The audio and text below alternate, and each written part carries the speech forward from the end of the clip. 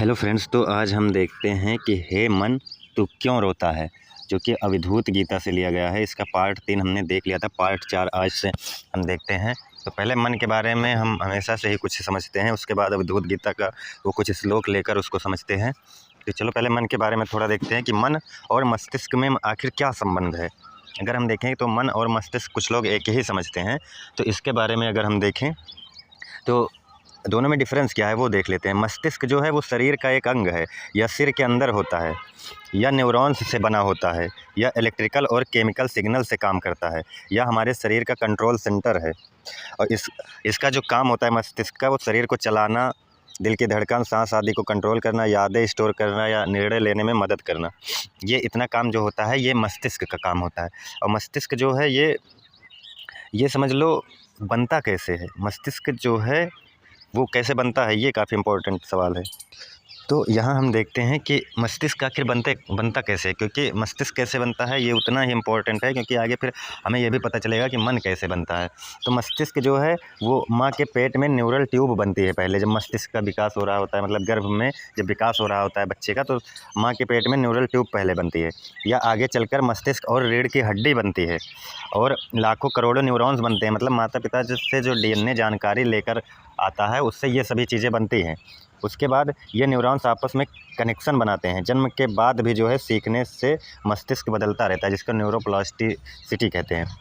इसका मतलब ये हुआ कि जो मस्तिष्क है वो माता पिता के डीएनए से ही बनता है। इसलिए आपने देखा होगा कि अगर कुछ डीएनए में इफ़ेक्ट हो जाता है तो मस्तिष्क जो है वो इधर उधर हो जाता है, जो कि फिर इसीलिए कहते हैं कि उनको जो है जन्मजात कुछ लोगों की बीमारियां हो जाती है। अगर डीएनए में इफ़ेक्ट हुआ तो मस्तिष्क जो है उसी तरह का बन जाएगा।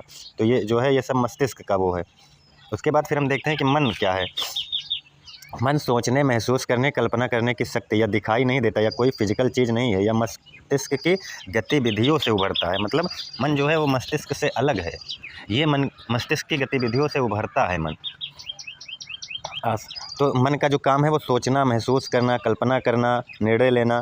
एक हिसाब से अगर हम समझें तो मन जो है वो हमारा सॉफ्टवेयर है, और मस्तिष्क जो है वो हार्डवेयर है। ये सबसे सिंपल रहेगा। मतलब ना सॉफ्टवेयर के बिना हार्डवेयर चल सकता है, और ना हार्डवेयर के बिना सॉफ्टवेयर चल सकता है। तो इसीलिए दोनों एक में गुथे हुए हैं। मन हमारा सॉफ्टवेयर है और मस्तिष्क जो है वो हार्डवेयर है, ऐसे हम इसको समझेंगे। और मन कैसे बनता है? मन सीधे नहीं बनता, बल्कि मन जो है मस्तिष्क, अनुभव, यादें, संस्कार, भावनाएं, ये सभी मिलकर, जैसे हम कहते हैं ना बार बार कि मन जो है वो हमारा माहौल से बनता है। जिस माहौल में हम रह रहे हैं वो बहुत डिपेंड करता है। जिस परिस्थिति में हमने जीवन जिया है, जिस प्रकृति में हम रहे हैं, वो सभी मन को बनने के लिए बहुत इम्पोर्टेंट होते हैं। तो मन जब बनता है तो मन जो है वो मस्तिष्क को प्रभावित करता है, मस्तिष्क जो है शरीर को प्रभावित करता है। तो ऐसे सब आपस में मतलब गुथे हुए हैं। ऐसा नहीं है कि मन अलग है मस्तिष्क अलग है, ऐसा नहीं है, सब आपस में गुथे हुए हैं। अगर आपके मस्तिष्क को कुछ होगा, मतलब फिजिकल बॉडी को कुछ होगा, तो आपका मन उससे डिस्टर्ब होगा। और आपके मन को यदि कुछ होगा, आपके विचार इधर उधर होंगे, मतलब आपका सॉफ्टवेयर जिसको कह सकते हैं, उसमें कोई प्रॉब्लम आएगी तो आपके बॉडी को वो इफेक्ट करेगा। मतलब दोनों आपस में एक हिसाब से गुथे हुए ही हैं। तो आगे देखते हैं। तो यहाँ पर हमने देखा कि ये सभी चीज़ें जो हैं, मन जो है ये बनता है अनुभव, यादें, संस्कार, मस्तिष्क, मतलब फिजिकल बॉडी और जो हमारा अनुभव है, जो माहौल है, उन सबसे मिलकर बनता है। इसीलिए ना बॉडी पूरा तरह कह सकते हैं कि मन से मतलब कंट्रोल नहीं है बॉडी का, और ना मन का बॉडी से कंट्रोल नहीं है, ऐसा नहीं कह सकते, क्योंकि मन जो है वो उसी बॉडी के माहौल से बन रही है। जिस माहौल में बॉडी रह रही है उससे बन रही है। और जो मतलब मस्तिष्क है, मैंने पहले बताया कि मस्तिष्क जो है कि आगे के अनुभव से वो बदलता रहता है। मतलब मन जैसा जैसा आपका होता रहेगा वैसे वैसे आपकी बॉडी भी बनती रहेगी। मतलब दोनों आपस में गुथे हुए हैं, मन और मस्तिष्क। अगर मस्तिष्क में कह रहा हूँ तो आप उसको मस्तिष्क और प्लस फिजिकल बॉडी भी ले सकते हो। उसके बाद मन के बनने के जो कारण होते हैं, जैसे बचपन के अनुभव होते हैं, माता पिता का समाज, शिक्षा और ज्ञान, भावनात्मक घटनाएं, आदतें और सोच, मतलब जैसा अनुभव वैसा मन। तो वही बात है कि जैसा अनुभव होगा आपका, जैसा माहौल रहेगा आपका, वैसा ही आपका मन होगा। तो मस्तिष्क जो है वो मशीन है, और मन जो है उसकी सोच और अनुभव है। मस्तिष्क बनता है शरीर से, मन बनता है अनुभव से। मन को कंट्रोल करना ही जीवन का असली खेल है, जो कि फिलॉसफी में बार बार ये बातें बताई जाती है। तो अगर हम देखें कि कौन किसको कंट्रोल करता है, तो मस्तिष्क या ब्रेन जिसको कहते हैं मन को बनाता है। क्योंकि मस्तिष्क जिस माहौल में रह रहा है, मस्तिष्क की आपका फिजिकल बॉडी, उसी हिसाब से आपका मन बन जाएगा। और मन जो माइंड है वो मस्तिष्क के कार्य को बदलता है। अगर अब मन जैसा हो गया वैसे तुम्हारा मस्तिष्क कार्य करेगा। अगर आपका मन दुखी है तो आपका मस्तिष्क भी उसी तरह से रिएक्ट करेगा और वैसे ही केमिकल रिलीज करेगा। मतलब मस्तिष्क के बिना मन नहीं बन सकता, और लेकिन मन मस्तिष्क को रिप्रोग्राम करता है। ऐसे समझो कि जैसे मस्तिष्क गाड़ी है और मन ड्राइवर है। गाड़ी के बिना ड्राइवर कुछ नहीं कर सकता, लेकिन ड्राइवर तय करता है कि गाड़ी कहाँ जाएगी। अगर मस्तिष्क को कुछ हो जाए तो क्या होगा? जैसे अगर मस्तिष्क में समस्या आ जाए, जैसे चोट या बीमारी, तो याददाश्त कमज़ोर हो जाती है, सोचने की क्षमता बदल जाती है, भावनाएं कंट्रोल में नहीं रहती, पर्सनालिटी तक बदल जाती है। तो किसी के ब्रेन में चोट लगे तो वो पहले जैसा मन नहीं रहता। मस्तिष्क खराब मतलब मन अपने आप डिस्टर्ब। अब मन जो है, अगर आपकी फिजिकल बॉडी को, जैसा फिजिकल बॉडी का माहौल होता है उसी हिसाब से, मैंने बार बार बताया है, मन बन जाता है। अगर मन को कुछ हो जाए तो क्या होगा? अगर मन परेशान हो, जैसे तनाव, डर या दुख, तो सिर दर्द, थकान, नींद खराब होना, ध्यान नहीं लगता, शरीर में कमजोरी, हार्मोन गड़बड़ हो जाते हैं जिससे, तो लंबे समय तक एंजाइटी, डिप्रेशन जैसी स्थिति बन जाती है। मतलब मन खराब, मस्तिष्क की कार्य प्रणाली बदल जाती है। मन और मस्तिष्क अलग नहीं है, इससे यह समझ में आता है। एक ही सिस्टम के दो पहलू हैं। मस्तिष्क, मैंने कहा हार्डवेयर, और मन जो है सॉफ्टवेयर। दोनों में 24 घंटे कनेक्शन चलता रहता है। विचार मस्तिष्क में केमिकल बदलते हैं, मस्तिष्क के केमिकल विचार बदलते हैं। वही ना, देखो कितना बढ़िया दोनों गुथा हुआ है कि विचार जो है, जैसे आपका विचार होगा मन में, उसी हिसाब से आपका मस्तिष्क केमिकल रिलीज करेगा। मतलब मन से आपका केमिकल रिलीज हो रहा है, मतलब मन से आपकी फिजिकल बॉडी पर इफेक्ट पड़ रहा है, मस्तिष्क पर इफेक्ट पड़ रहा है। जैसे आपका मन होगा, जैसे आपका विचार होगा, वैसे ही मस्तिष्क में केमिकल बदलते रहते हैं, और मस्तिष्क के केमिकल जो है वो विचार बदलते रहते हैं। अब यहाँ पर देखो कंट्राडिक्शन हो रहा है कि मस्तिष्क के केमिकल जो हैं वो विचार बदल देते हैं फिर। तो दोनों आपस में मतलब एकदम गुथे हुए हैं। मतलब आपकी फिजिकल बॉडी और मन दोनों आपस में गुथे हुए हैं। आपका मन फिजिकल बॉडी से बनेगा और फिजिकल बॉडी वैसी होगी जैसे आपका मन होगा। तो कौन ज़्यादा शक्तिशाली है? शुरुआत में मस्तिष्क ज़्यादा ताकतवर, क्योंकि वही मन बनाता है। क्योंकि आपका मस्तिष्क तो पहले बन जाता है, क्योंकि वो गर्भ से ही बनना स्टार्ट हो जाता है। डीएनए, माता पिता के डीएनए से वो समझ लो आप सब, गर्भ की प्रक्रिया जो होती है वो बनता है। लेकिन उसके बाद अभ्यास से मन ज़्यादा ताकतवर होता है। उसके बाद फिर जिस माहौल में आप रह रहे हो, जैसा आपकी प्रकृति है, जैसी आपकी परिस्थिति है, जैसे आप जो करना चाह रहे हो, उस हिसाब से आपका मन ताकतवर हो जाता है। तो ध्यान, पॉजिटिव सोच, आदत बदलना, इससे मन मस्तिष्क के कनेक्शन बदल देता है। इसे साइंस में न्यूरोप्लास्टिसिटी कहते हैं। अगर एक एग्जाम्पल के अनुसार समझें तो मान लो तुम्हें किसी जगह जाने से डर लगता है। पहले डर मन में आता है, फिर मस्तिष्क शरीर को सिग्नल देता है, दिल तेज़ धड़कता है, पसीना आता है। अगर तुम अपने मन को समझाओ डरने की ज़रूरत नहीं, तो धीरे धीरे मस्तिष्क का डर वाला सिस्टम शांत हो जाता है। मतलब मस्तिष्क खराब, मन डिस्टर्ब, मन खराब, मस्तिष्क डिस्टर्ब, दोनों एक दूसरे को लगातार प्रभावित करते हैं। अब इसमें हम एक बात ये समझते हैं, जो डर वाली बात आई, इसके ऊपर हम कुछ एग्जाम्पल देखते हैं बढ़िया वाला। यहाँ पर जो हमने ये बताया कि पहले डर मन में आता है। मतलब अगर मैं किसी चीज़ से जैसे डर रहा हूँ, कोई किसी बात से डर रहा है, जैसे कोई कहीं जाने से डरता है, कोई किसी नाम से डरता है, कोई किसी प्लेस से डरता है, कोई नेगेटिव चीज़ों से डरता है, कोई बीमारी से डरता है, तो ये डर तुम्हारे मन में पहले आता है। पहले तुम्हारे मन में वो डर जब आएगा तो फिर वो मस्तिष्क शरीर को सिग्नल देता है। पहले डर मन में आया, फिर मस्तिष्क शरीर को सिग्नल देता है। तो जो है उसी हिसाब से केमिकल मस्तिष्क रिलीज किया। जैसे आप बहुत डर गए या चिंतित हैं, भयभीत हैं, तो आपका मस्तिष्क जो है एड्रेनालिन या कार्टिसोल हार्मोन रिलीज करेगा, जिससे कि आपका जो शरीर है उसी हिसाब से जो है व्यवहार करने लगेगा। दिल तेज़ धड़कने लगेगा, पसीना आने लगेगा, आपकी हार्ट बीट बढ़ जाएगी। तो वही बात है यहाँ पर, ये सभी मतलब तुम्हारे मन के खेल हैं। मन अगर डरा, मन में विचार डर वाला आया, तो उसने मस्तिष्क को वैसे ही कंट्रोल किया, फिर आप जो है डरने लगेंगे। जैसे ऐसे बहुत से लोगों को आपने देखा होगा कि कभी कभी अजीब सी हरकतें करते रहते हैं। कोई बाबा बैठकर या कोई मौलवी बैठकर उनके ऊपर मंत्र फेंकता है या कुछ भी ऐसा फूंक मारता है या पानी फेंकता है, तो अजीब से कूदने लगेंगे या कुछ भी करने लगेंगे। तुम्हें लगेगा कि ये कोई चमत्कार है। कोई चमत्कार, कोई जादू जैसी चीज़ें नहीं होती, ये हमने बार बार बताई है। ये सभी मन के खेल होते हैं। मन को सिर्फ समझो बस। तो उसमें होता क्या है कि कोई जादू या चमत्कार नहीं होता। वहाँ पर ये होता है कि जैसे वो जो बंदा है वो पहले से ही डरा हुआ है, उसका कॉन्शियस माइंड पहले से ही टूटा हुआ है, वो चेतन अवस्था में कम है।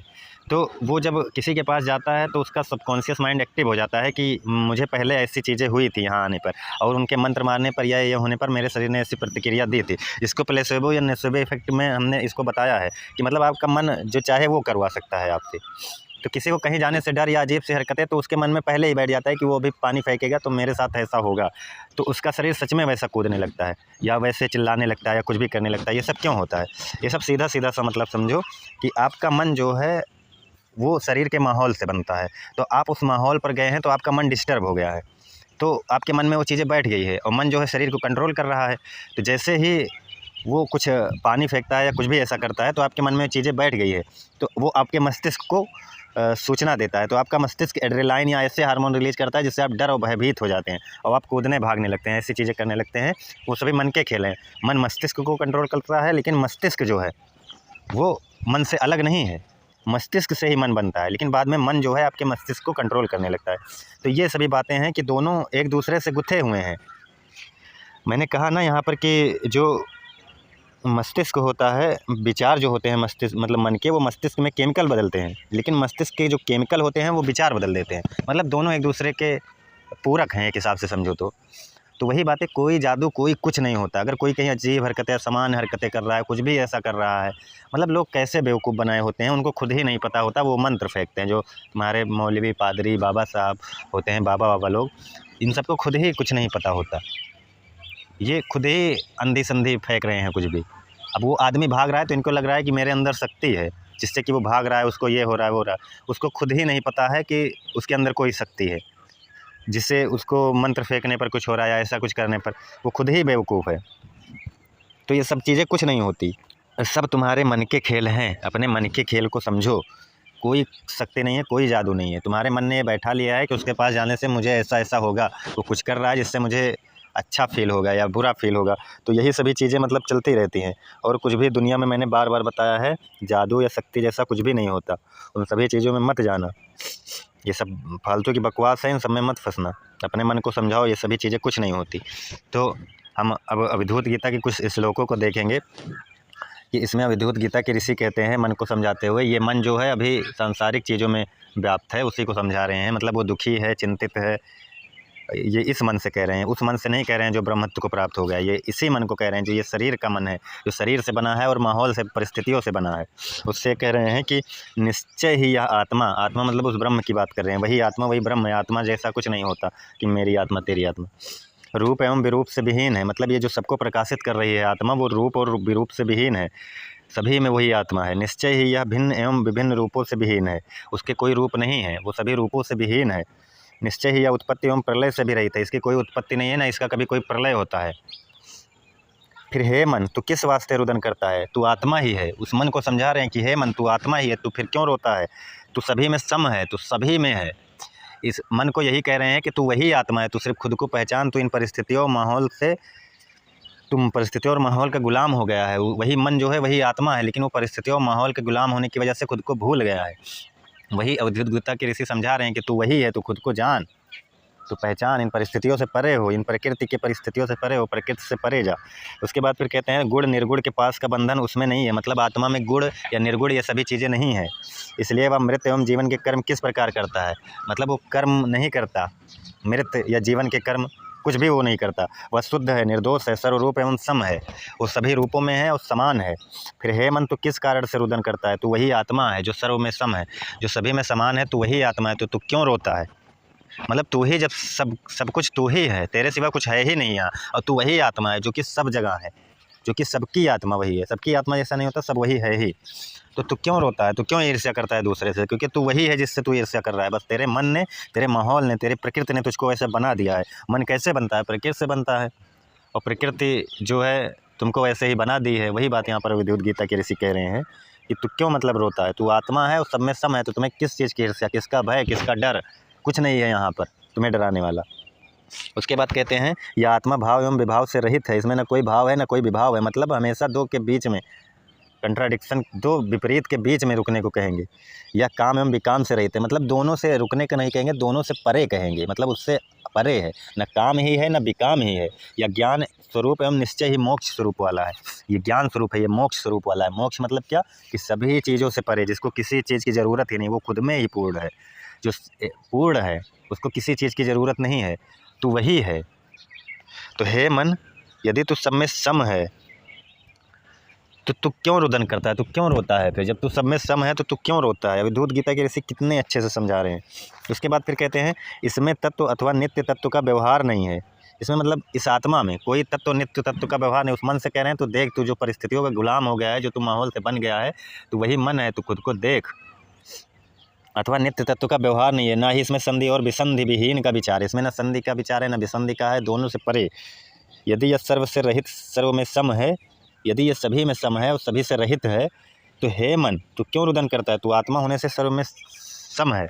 मतलब यही मन को यही बता रहे हैं कि तू आत्मा है, तू क्यों परिस्थितियों माहौल का गुलाम होकर इन सभी चीज़ों में फंस गया है। तो खुद को पहचान, खुद को देख, तू इन सबसे परे है।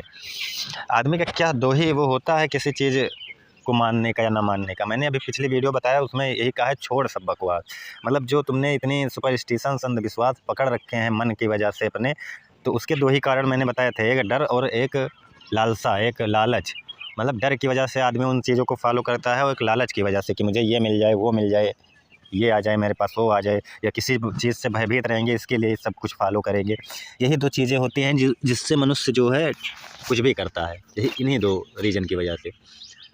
तो वही बात मन को यहाँ अवधूत गीता के ऋषि समझा रहे हैं कि तू इन सबसे परे है, तुझमें न डर है, न लोभ है, न मोह है, न ईर्ष्या है, न कामना है, न लालसा है, न वासना है।